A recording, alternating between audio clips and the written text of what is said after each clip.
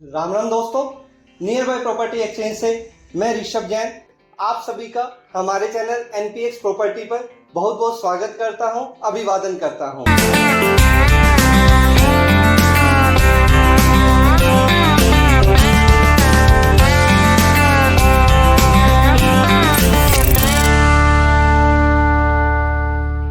अगर आप भी अपना पहली बार मकान बनाने जा रहे हैं या खरीदने जा रहे हैं तो आपको ये 7 बातें जरूर जान लेनी चाहिए ताकि आप जो मकान खरीदने जा रहे हैं या बनाने जा रहे हैं वह मकान आपके लिए बिल्कुल एकदम परफेक्ट हो। खरीदते समय सबसे पहली और सबसे महत्वपूर्ण बात है हमारा बजट तय करना।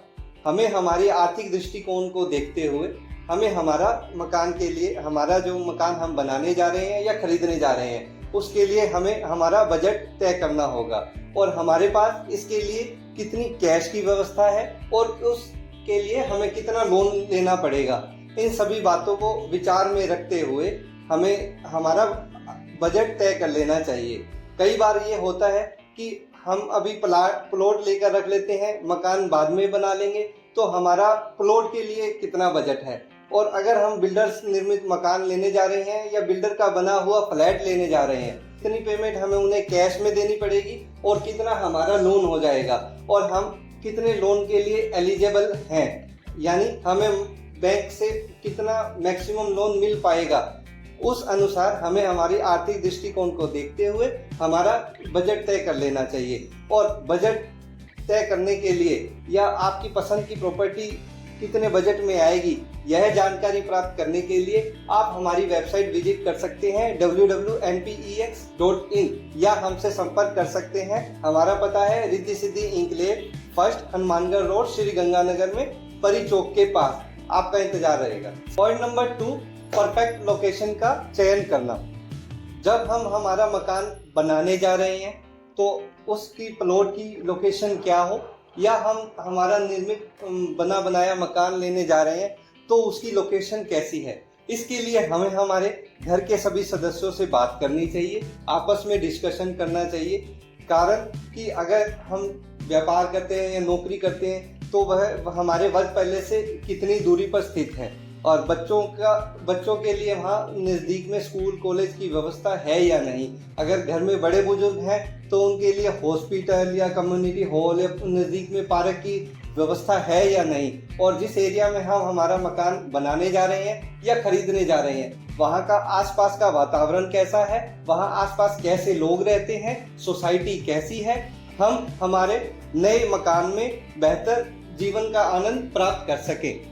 सामान्यतः हम जो मकान लेने जा रहे हैं या बनाने जा रहे हैं वह मुख्य रोड से नज़दीक होनी चाहिए ताकि पब्लिक ट्रांसपोर्टेशन की सुविधा हमें निरंतर बनी रहे। और इसके साथ ही हमें जो लोकेशन हम चूज करने जा रहे हैं वहाँ के आसपास के एरिया के लोगों से उस एरिया के बारे में बात करनी चाहिए। वहाँ सामान्यतः जो बेसिक व्यवस्थाएं हैं बिजली पानी की वो कैसी है, वहाँ किसी तरीके की कोई अन्य परेशानियां तो नहीं है। इस आधार पे हमें हमारी परफेक्ट लोकेशन को पसंद करना चाहिए।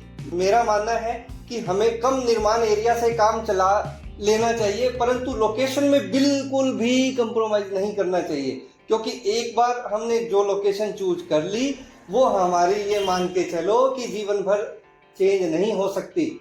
इस आधार पर हमें लोकेशन चूज करते समय बहुत ही सावधानी बरतने की आवश्यकता है, जरूर ध्यान रखें। तीसरा और सबसे महत्वपूर्ण विषय है डॉक्यूमेंट की जांच करना।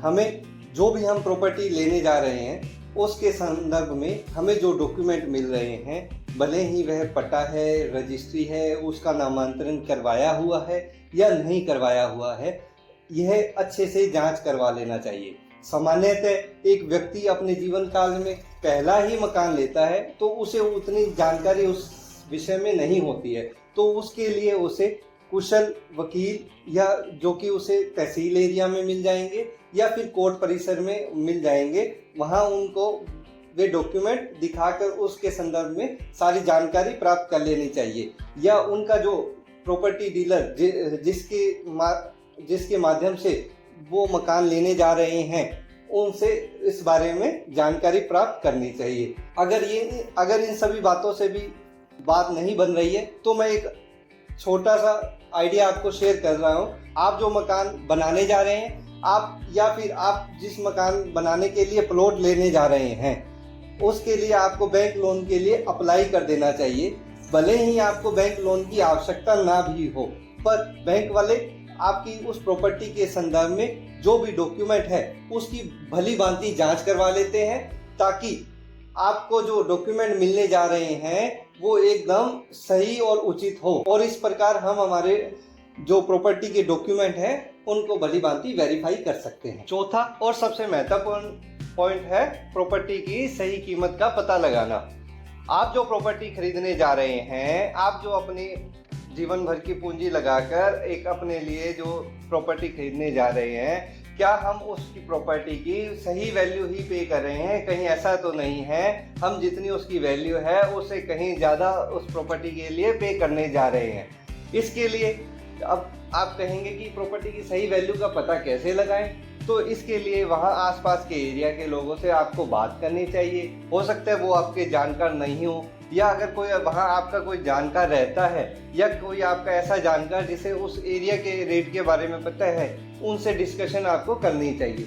अगर ये सभी भी पॉसिबिलिटी नहीं हो पाती है तो वहाँ उस एरिया में उस एरिया के प्रॉपर्टी डीलर या वहाँ के आसपास के लोकल वेंडर वगैरह कोई भी हो, उनसे आपको वहाँ के आसपास के रेट के बारे में जानकारी करनी चाहिए। इसके अलावा हमारे पास एक और भी माध्यम है। आप हमारी वेबसाइट www.npex.in पर भी जाकर विजिट कर सकते हैं, जहाँ पर हमने लगभग इस एरिया के लगभग सभी प्रॉपर्टी के रेट और वहाँ के साइज और वहाँ मिलने वाली सभी सुविधाओं के बारे में जानकारी दी हुई है।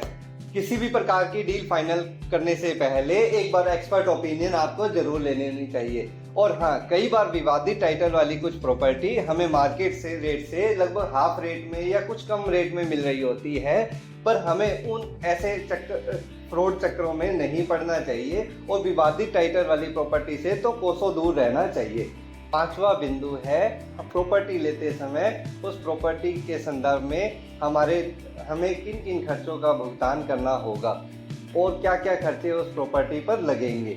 सामान्यतः प्रॉपर्टी लेते समय हमें रजिस्ट्रेशन के लिए उसकी स्टाम्प ड्यूटी का भुगतान करना होता है, और उससे संबंध में जिस प्रॉपर्टी डीलर से हमने वह प्रॉपर्टी परचेज की है उसे ब्रोकरेज का भुगतान करना होता है। और तीसरी, उस सोसाइटी या कॉलोनी या अपार्टमेंट उसके किसी तरीके के मेंटेनेंस चार्जेस हैं तो उनका हमें भुगतान करना पड़ता है।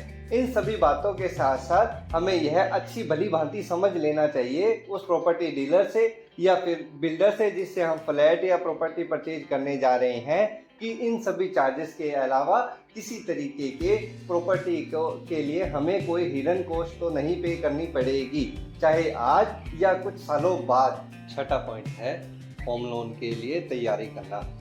अगर आप अपना मकान बनाने जा रहे हैं या फिर खरीदने जा रहे हैं तो उसके लिए आपको शायद बैंक लोन की आवश्यकता पड़ेगी।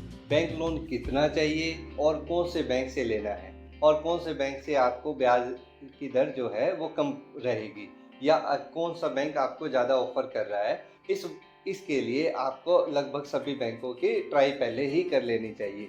क्योंकि सामान्यतः जो बैंक लोन है वो 15 से 20 साल के लिए लिया जाता है, तो जो आपकी कॉस्ट रहने वाली है वो आगे आने वाले 15 से 20 ईयर के लिए रहेगी। तो इसके लिए एक उचित बैंक का चयन जरूरी है। कुछ केस में सरकारी कर्मचारियों और बैंक अधिकारियों को ब्याज दरों में छूट रहती है, तो उन्हें यह भी चेक कर लेना चाहिए कि उनकी टैक्स सेविंग वगैरह उस जितना वो लोन लेने जा रहे हैं उसके लिए वो पर्याप्त रहेगी या नहीं रहेगी, उनको वो टैक्स सेविंग इतना लोन लेने पर मिलेगी या नहीं मिलेगी। इसके लिए उन्हें अपने प्रोफेशनल वकील या फिर चार्टर्ड अकाउंटेंट से संपर्क कर लेना चाहिए। और हाँ, बैंक लोन ज़रूरी नहीं है कि जब आप प्रॉपर्टी पसंद कर लें उसके बाद ही आप अप्लाई करें। बैंक लोन के लिए आप प्री अप्रूवल भी लेकर रख सकते हैं, ताकि जब भी आपका मन बने या आपको जब प्रॉपर्टी पसंद आ जाए तब आप उस बैंक लोन के लिए ऑलरेडी एलिजिबल होंगे, तो आपको ज़्यादा परेशानियों का सामना नहीं करना पड़ेगा। और हाँ, बैंक लोन के लिए आपको अपने जो भी है डॉक्यूमेंट्स हैं, जैसे आधार कार्ड, पैन कार्ड, पिछले 3 सालों की IT रिटर्न्स, अगर आप सरकारी कर्मचारी हैं तो फार्म 16 या वेतन की स्लिप वगैरह, ये सभी डॉक्यूमेंट बैंक से पता करके आपको अरेंज करके रख लेने चाहिए। घर खरीदते समय अंतिम और सबसे महत्वपूर्ण पॉइंट है संपत्ति का पंजीकरण प्रॉपर वे में करवाना। जब हम कोई संपत्ति खरीद लेते हैं या खरीदने के लिए तैयार है तो उसकी भुगतान करने के बाद उसकी रजिस्ट्रेशन की प्रक्रिया शुरू होती है।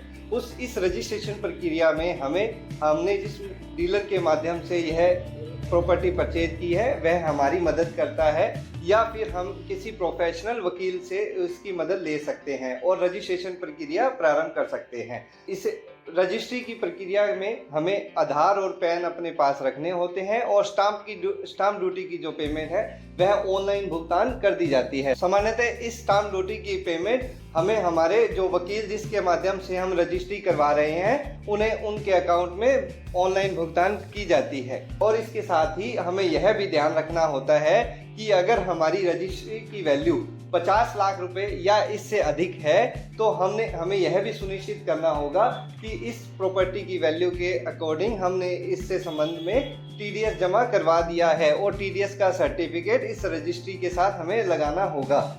रजिस्ट्री के जो डॉक्यूमेंट तैयार किए जाते हैं इसमें हमें हमारे आधार कार्ड, पैन कार्ड, संपत्ति की पूरा विवरण प्रॉपर वे में लिखा हुआ है और हमारे नाम, एड्रेस और मोबाइल नंबर हमें अच्छे से भली भांति चेक कर लेने चाहिए, क्योंकि यह डॉक्यूमेंट हमें जीवन भर के लिए संभाल कर हमारे पास रखने हैं। अगर इनमें कोई भी किसी भी प्रकार की त्रुटि हुई तो आगे हमारे म्यूटेशन में दिक्कत आ सकती है, या हमें कभी भविष्य में यह प्रॉपर्टी अगर हम सेल करेंगे तो सेल करते समय हमें बहुत बड़ी परेशानियां झेलनी पड़ सकती है। इसलिए संपत्ति के रजिस्ट्रेशन के संदर्भ में हमें ये कुछ बातों का बड़ी बारीकी से ध्यान रखना चाहिए। इसमें गलती की संभावना बिल्कुल भी नहीं रहनी चाहिए। ये 0% एरर के साथ संपन्न की जानी चाहिए। हमारी वीडियो में अंत तक बने रहने के लिए आपका बहुत बहुत धन्यवाद। अगर आपको भी अपनी प्रॉपर्टी खरीदने बेचने के संबंध में किसी प्रकार की कोई समस्या आ रही है, कोई बाधा आ रही है, तो हमें कमेंट में ज़रूर बताएं, या हमसे पर्सनल जुड़ने के लिए हमारी वेबसाइट www.npex.in पर आज ही विजिट करें। बहुत बहुत धन्यवाद।